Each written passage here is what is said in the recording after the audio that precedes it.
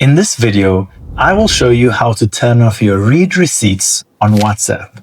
If this guide helps, please consider subscribing and liking it so others can find it.